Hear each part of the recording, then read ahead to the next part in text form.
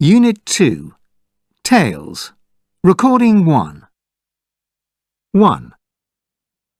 Have you been here before? Yes, we visited Naples a few times. 2. Have you had time to see the museum yet? No, we haven't had time. 3. Did you find your hotel okay? Yes, we found the hotel without any problems. 4. Have you got your guidebook? Oh no, I've left it in my room. 5. Have you had any lunch? Yes, we've already eaten. 6. Have you enjoyed your stay? Yes, we've had a wonderful time.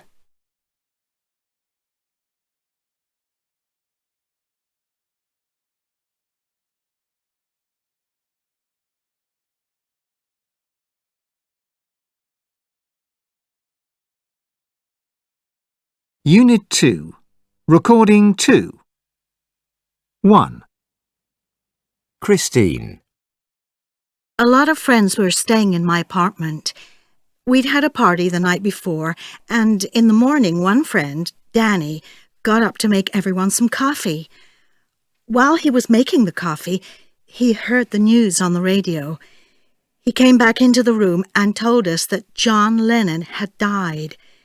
Someone had shot John Lennon. We were all really shocked. It was a very strange feeling. We couldn't believe it. We'd all grown up with the music of John Lennon and the Beatles. We'd played his music the night before. And now suddenly he was dead. There was a huge feeling of loss. He was such a peaceful man who had wanted peace for everyone. It was a terrible way for him to die. 2. Rob. I was travelling to a meeting on the tube that morning, and there were delays everywhere.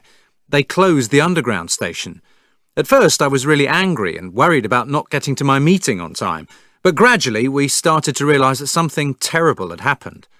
People outside the station were trying to talk on their mobile phones, but the networks were all down because of the panic.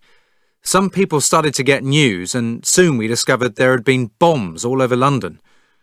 It was a strange and terrible feeling. There were crowds of people outside shops watching the news on the televisions.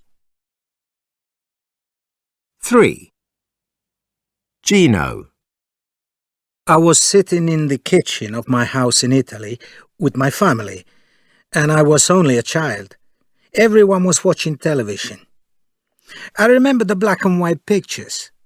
I watched as this man landed on the moon, and I can remember thinking how amazing it must be to be an astronaut, and what an exciting job it was. Until then, I had wanted to be a train driver, but for a few years afterwards, I definitely wanted to be an astronaut. 4. Marianne. I was staying in Los Angeles with some friends, and I was only about 18 years old. In the night, I suddenly woke up and the whole house was shaking. I had never felt an earthquake before, but I knew that was what was happening. It was very frightening.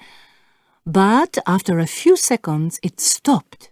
Everything went quiet, and I went back to sleep. When I woke up in the morning, I thought perhaps it had all been a dream. But when I went downstairs and turned on the radio, I heard the news. The quake was in San Francisco, and it had done a lot of damage. So I was lucky, really. But I will never forget